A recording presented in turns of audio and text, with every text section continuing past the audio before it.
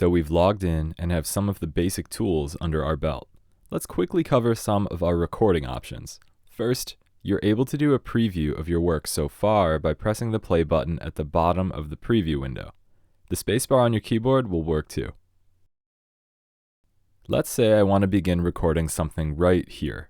I'll pause and then hover over to my options, record or narrate. Pressing record will give us some more options, webcam, screen, or screen and webcam. If you want to record yourself, maybe you're using a whiteboard or demonstrating a lab experiment, you'll press webcam. Keep in mind that you'll need to A, have a webcam, and B, allow your browser to accept WeVideo's permission request. Unfortunately, I'm working from a desktop computer that doesn't happen to have a webcam, but our district laptops will work just fine. Maybe you'd rather record something that's happening on your computer screen, much like what I'm doing right now. You'll select screen and then choose an audio source. This will allow you to talk through what's happening on your screen.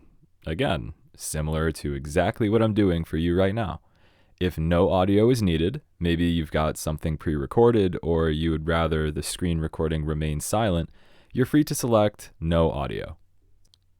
After audio, we get to select how much of our screen gets recorded. You'll see this first option show my entire screen, desktop background, and everything.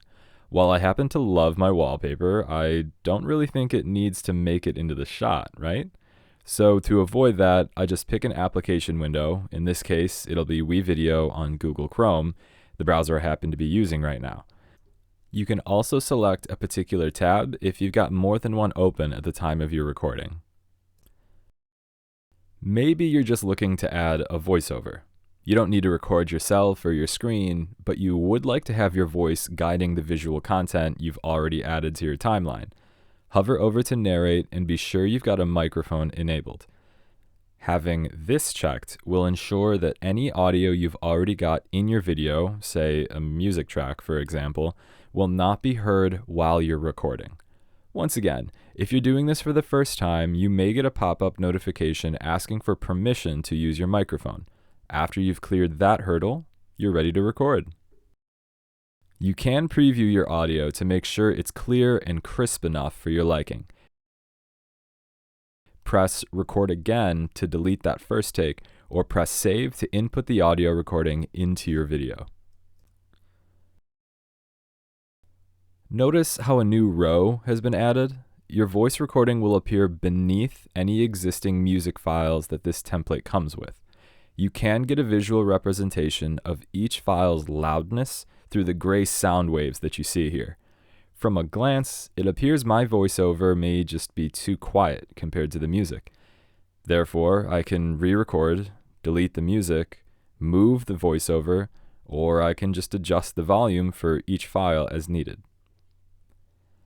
And that's all there is to it. You're ready to record and bring more life to your content.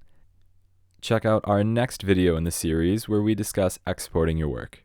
Thanks for watching.